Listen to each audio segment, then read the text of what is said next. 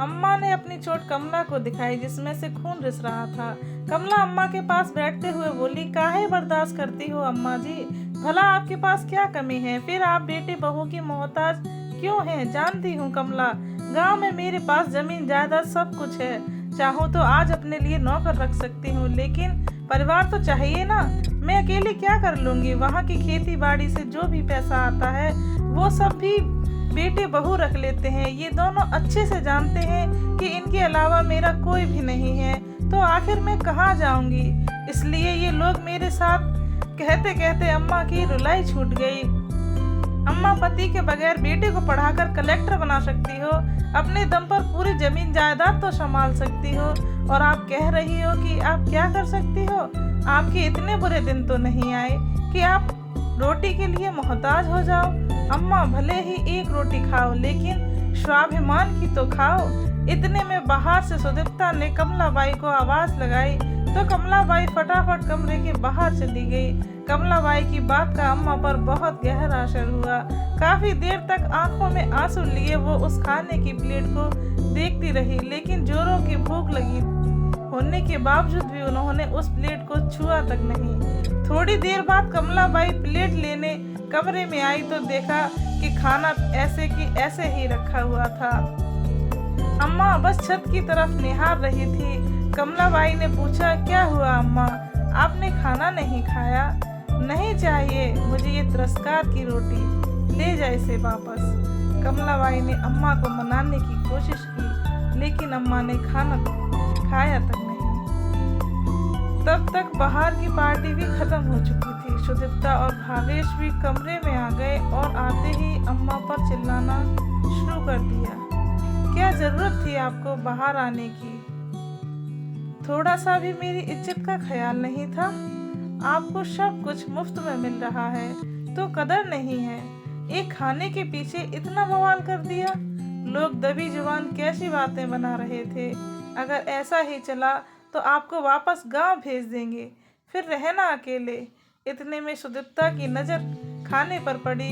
लो, जिस खाने के पीछे इतना हंगामा किया वो प्लेट तो ऐसे ही भरी पड़ी है। खाना है तो खाइए, नहीं तो भगवान का नाम जपिए। मुझसे नहीं उठाए जाते आपके नखरे। उसने भावेश की तरफ देखते हुए कहा, बस भावेश, बहुत हो चुका, मैं नहीं उठा सकती इनके नखरे। इनको वापस गांव भेज दो। ठीक है, मैं कल ही इन्हें गांव भेज देता हूँ। वहाँ अकेली रहेगी तो अकल ठिकाने आ जाएगी। भावेश ने उसकी हाँ में हाँ मिलाते हुए कहा और दोनों कमरे के बाहर आ गए। भावेश ने दूसरे दिन ही अम्मा को गांव भेज दिया। गांव आने के बाद अम्मा ने सबसे पहले अपने वकील को बुलाकर अपनी सारी जमीन जायदाद से भावेश को बेदखल किया। वसीयत के अनुसार उनके मरने की बाद सारी प्रॉपर्टी ट्रस्ट को चली जाएगी। वो ट्रस्ट जो बुजुर्गों और अनाथ बच्चों के लिए काम करती थी। साथ ही अपने बड़े से घर का आधा हिस्सा उन्होंने बच्चों की शिक्षा के लिए दे दिया और आधे हिस्से में खुद रहने लगी। खेती बाड़ी के लिए नौकर आते ही थे, उनमें से एक को घर में काम करने के लिए रख लिया। अब अम्मा स्वाभिमान और सुकून की रोटी खाती थी। साथ ही इस बार खेती बाड़ी से होने वाली इनकम को भावेश के पास न भेजकर उन्होंने अपने पास ही रख लिया। जब पैसा भावेश के अकाउंट में नहीं आया तो भावेश और सुदीप्ता दोनों ही गांव आ गए। आते ही देखा कि घर के आधे हिस्से में बच्चे की पढ़ाई कर रहे थे, इसलिए वो घर के दूसरे हिस्से की तरफ गए जहां अम्मा रहती थी और आते ही अम्मा से बोले, अम्मा, ये घर में बच्चे पढ़ाई कैसे कर रहे हैं? और इस बार क्या खेतों में कोई कमाई नहीं हुई जो पैसा अकाउंट में नहीं डाला? उनकी बात सुनकर अम्मा ने कहा, घर का आधा हिस्सा मैंने बच्चों की शिक्षा के लिए दे दिया है, और रही बात कमाई की, तो हुई थी कमाई पूरे 7 लाख रुपए की, वो मैंने अपने अकाउंट में रख लिए हैं। आप पैसों का क्या करोगी अम्मा जी? और किससे पूछकर अपने घर का आधा हिस्सा बच्चों की शिक्षा के लिए दे दिया? अब की बार सुदीप्ता ने कहा, इसमें पूछना क्या है, संपत्ति मेरी थी तो मैंने अपने अनुसार इस्तेमाल कर ली। वैसे तुम लोग होते कौन हो मुझसे यह सब कहने वाले? कैसी बात कर रही हो अम्मा? हम आपके बेटे और बहू हैं, आपका भला बुरा अच्छे से जानते हैं। भावेश ने बिगड़ते हुए कहा। कौन से बेटे बहू? वो जो रोटी तक के लिए अपनी माँ को तरसा देते हैं। देख बेटा, ऐसे बेटे बहू मुझे नहीं चाहिए। वैसे भी मैं तुम्हें प्रॉपर्टी से बेदखल कर चुकी हूँ, तो अब गांव में तुम्हारे लिए कुछ रखा भी नहीं है। अब तुम्हारा शहर भला, तुम्हारा घर भला, यहाँ आने की ज़रूरत नहीं है। अम्मा जी, आप ऐसे कैसे कर सकती हो?